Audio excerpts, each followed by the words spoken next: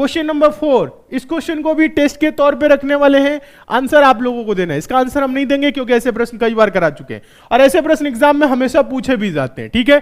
चलिए, most important question है, क्या है मोस्ट इंपॉर्टेंट क्वेश्चन है, ए और बी के वेतनों का योगफल 43,000 रुपए है। ए अपने वेतन का 95% खर्च करता है और बी अपने वेतन का 80% खर्च करता है। अब यदि उनकी बचत बराबर है तो बी का वेतन रुपए में कितना है? क्या है? बचत बराबर है। ध्यान दीजिएगा, तरीका आप सबको पता है।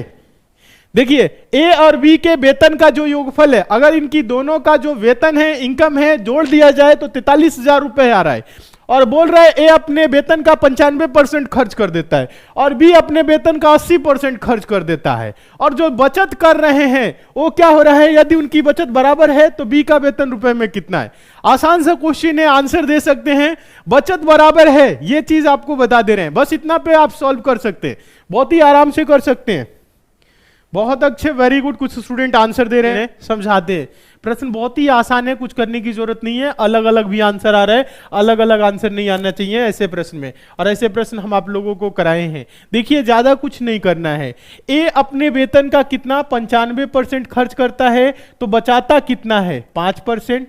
देखिएगा, सभी लोग देखिएगा, 95% खर्च कर दिया तो बचाया कितना? 5%। और बी जो है क्या करता है? अपने वेतन का 80% खर्च करता है तो बचाता कितना होगा? 20%। यदि उनकी बचत बराबर है, बचत क्या है? बराबर है, मतलब कहे तो हम ऐसे कर सकते हैं, जो बचत है ए का 5%, ए का 5% किसके बराबर है?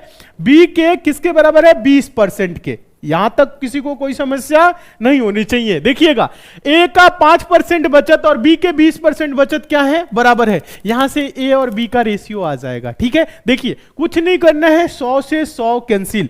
अगर ए है, समझिएगा, बी उधर गुने में इधर आएगा, भाग में होगा, उधर 20 है, इधर 5 गुने में है, भाग में जाएगा।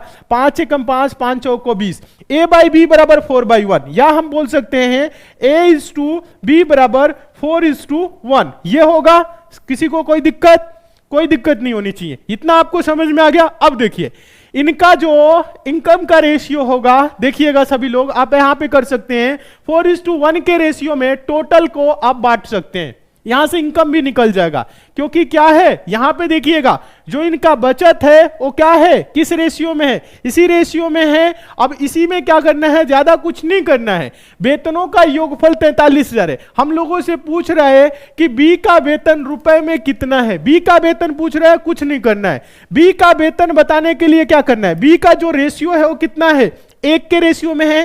टोटल रेशियो कितना है? 4, 1, 5। आप ऐसे भी बोल सकते हैं 5 रेशियो बराबर 43,000, तो 1 रेशियो बराबर कितना? या आप ऐसे कर सकते हैं अनुपात बटा अनुपातिक योग, 1 बटा का 4, 1, 5।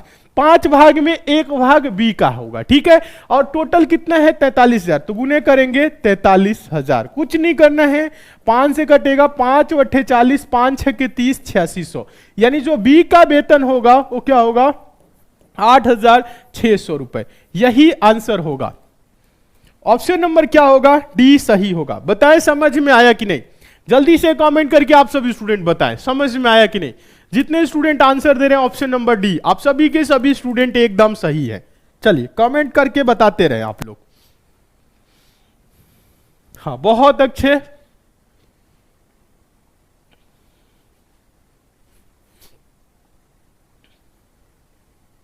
आसान है, आराम से कर सकते हैं।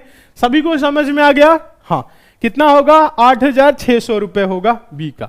ए का बोले तो आप क्या कर सकते हैं? 4 रेशियो की वैल्यू ला सकते हैं, 4 बटा का 5 गुने टोटल पैसा कितना है? 43,000। ऐसे ही निकाल सकते हैं ए का। सभी को समझ में आ गया है? बहुत अच्छे, समझ में आ गया है, अच्छी बात है।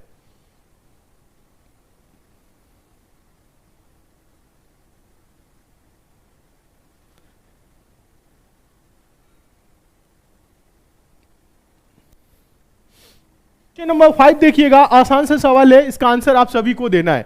क्वेश्चन नंबर 5 हम आपको बता दें, मोस्ट इंपॉर्टेंट है, बहुत ही सिंपल है, पेन उठाने की जरूरत नहीं है, आंसर जल्दी से आप लोग दे।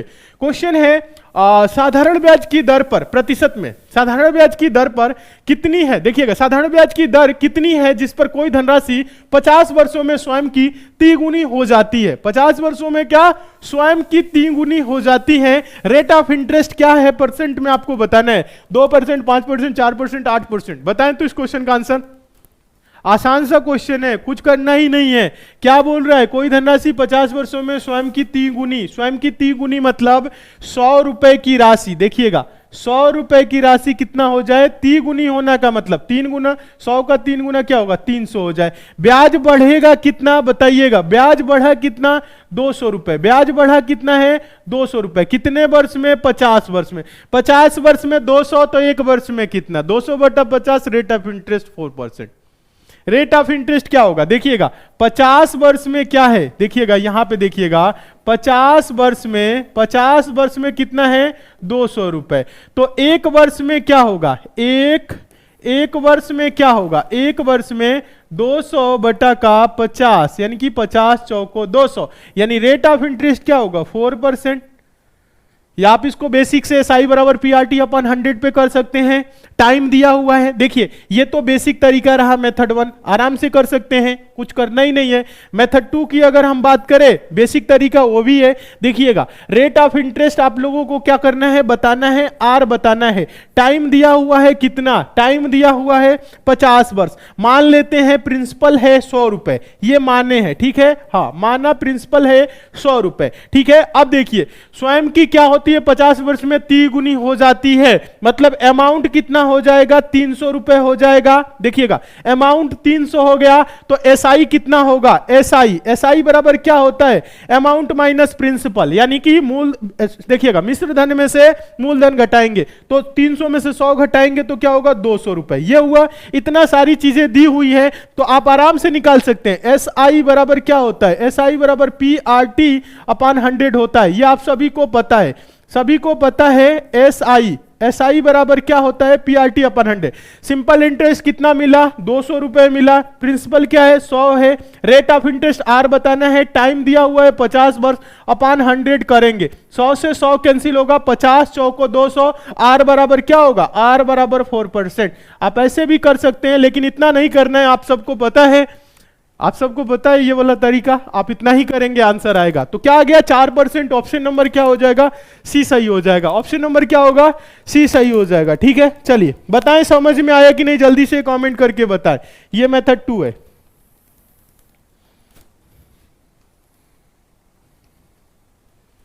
चलिए 6, क्वेश्चन नंबर 6 हम आपको बता दें, ये जो क्वेश्चन है मोस्ट इंपॉर्टेंट क्वेश्चन है। चलिए इस क्वेश्चन को हम रखते हैं टेस्ट के तौर पे, आंसर आप सभी को देना है। चलिए फटाफट देंगे। 25,000 रुपए पर एक वर्ष के लिए 20% की दर से अर्धवार्षिक रूप में संयोजित चक्रवृद्धि ब्याज और साधारण, देखिएगा सॉरी, संयोजित चक्रवृद्धि ब्याज और यहां पे है साधारण ब्याज, ये यहां पे 2 सेकेंड 25,000 रुपए पर एक वर्ष के लिए 20% की दर से अर्धवार्षिक रूप से संयोजित चक्रवृद्धि ब्याज और साधारण ब्याज, यहां पे लिखिएगा साधारण ब्याज में अंतर क्या होगा, रुपए में बताना है। देखिएगा 25,000 रुपए पर एक वर्ष के लिए 20% की दर से 20% की अर्धवार्षिक रूप से संयोजित चक्रवृद्धि ब्याज और साधारण ब्याज में अंतर क्या होगा। SI देखिएगा, CI और SI में डिफरेंस पूछा है, ठीक है। अर्धवार्षिक रूप से संयोजित, समझ रहे हैं ना, बहुत अच्छे, कुछ स्टूडेंट बहुत अच्छे हैं जो आंसर दे रहे हैं, जिनको पता है कैसे सॉल्व होगा। देखिए जो स्टूडेंट डेली क्लास ज्वाइन करते हैं वो आंसर देंगे। कोशिश करिए आप लोग भी डेली क्लास को ज्वाइन करिए, सीखिए। यहां पे रेट ऑफ इंटरेस्ट क्या है, 20% है, ये प्रति वर्ष है। एक वर्ष में 20% तो आधा वर्ष में आधा, यानी 10%, यानी कि रेट ऑफ इंटरेस्ट क्या होगा, देखिएगा ये वार्षिक, एक वर्ष में देखिएगा, एक वर्ष में क्या है 20% है, और ये बोल रहा है अर्धवार्षिक संयोजित होगा तो रेट ऑफ इंटरेस्ट क्या हो जाएगा, आधा हो जाएगा, यानी 10%। रेट ऑफ इंटरेस्ट क्या होगा, 10%। और एक वर्ष में कितनी बार ब्याज मिलेगा, 2 बार। एक वर्ष में 2 बार चक्रवृद्धि भी मिलेगा, एक वर्ष में 2 बार साधारण भी मिलेगा। अगर सिंपल भाषा में अगर आप समझे तो ये 2 वर्ष के चक्रवृद्धि ब्याज और साधारण ब्याज के अंतर संबंधित प्रश्न हो गया। क्लियर है कि नहीं? क्या हो रहा है समझना है आप लोगों को। यहां पे 2 वर्ष का क्या हो जाएगा, एक क्योंकि रेट ऑफ इंटरेस्ट 10% है और यहां पे क्या है, एक वर्ष में 20 है तो क्या होगा, एक वर्ष तो आधा वर्ष में 10%, तो एक वर्ष में क्या होगा 10 + 10 ऐसे होगा।